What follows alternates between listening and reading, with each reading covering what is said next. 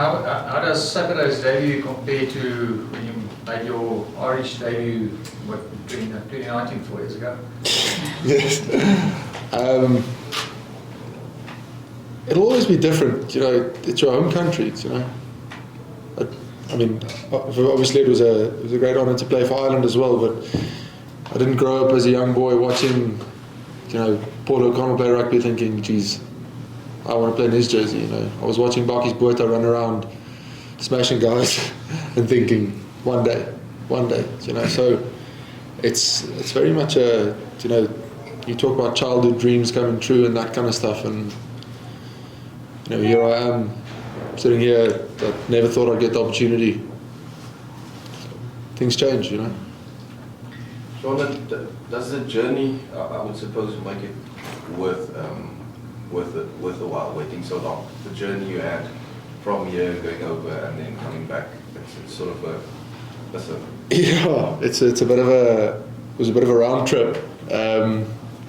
Rassie was the one who took me over in the first place to Munster, and 7 years later, Rassie gave me another phone call and I'm back again. So no, look, listen, it was a massive journey, but it's I don't regret any part of it. I've built a family and a home, and got a good community out in Ireland. But you can't pass up an opportunity like this. It's a massive honour. Sorry, maybe to follow up on what they're asking. You say it's been almost like a way around. Yeah. You know what I mean, and coming back. I don't know if anyone has asked you this, but why come back? Maybe expand on that. You say your childhood dream was always, watching the Bakis and the likes. But why maybe expand on that? Why the comeback? Jeez, why not? Why not the comeback? Do you know what I mean? Like, it's not every day you get this chance. There's a very small, select few group of men who've ever played for South Africa, and to be part of such an elite group of rugby players, to have peers, like the guys sitting next to me, world-class rugby players. I mean, we proved in the World 2019, proved the best team in the world, and hopefully we can replicate that again this year. And we can prove we are again. And I couldn't pass up the opportunity to be part of something that big. Do you know what I mean? Yeah. Do you feel like then you have something to prove? Not more than anyone else. I think when you get called up to the Springboks, there's an onus on you. There's a certain responsibility on you to do your country proud and to represent. And I think, especially in South Africa, more than most other countries, I think the Springboks give hope to a lot of people. And being part of that hope is it's an incredible honour, and it's a massive responsibility as well. You have to perform, because it's not just your hopes and dreams that are resting on Saturday's results. It's your country's. John, were you aware of the rule changing, or was it something that Rassie informed you about when you filmed your? No, do you know what? I was aware of it, because a lot of people had said to me, a lot of my mates had said, "Listen, why don't you declare?"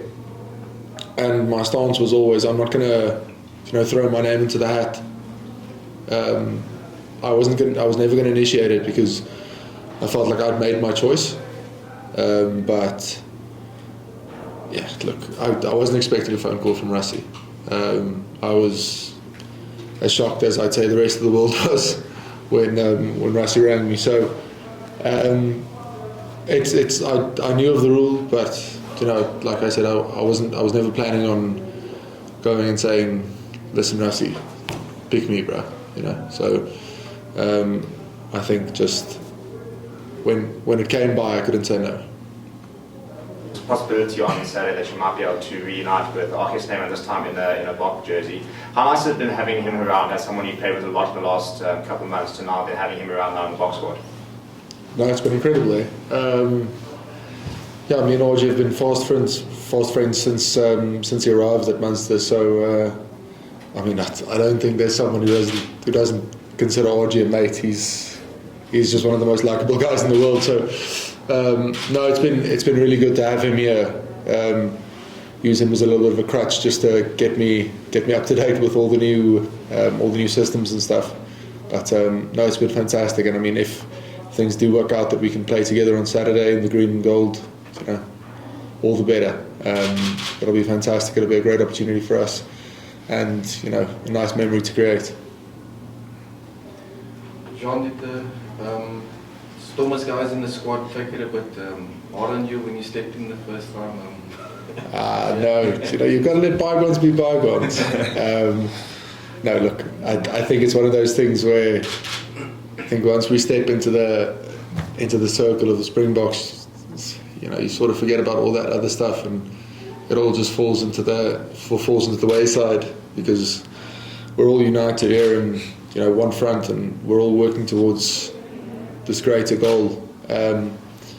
So no, look, I mean, obviously there's a couple of mentions here and there, but you can't let them forget it too quick. But no, look, next season's a new season, and hopefully we'll do it again together. Well, what are your expectations coming into the group now, keeping in mind that there's a lot of great locks in this group? What are your expectations in the World Cup here? I don't think I have any expectations. I'm just happy to be here.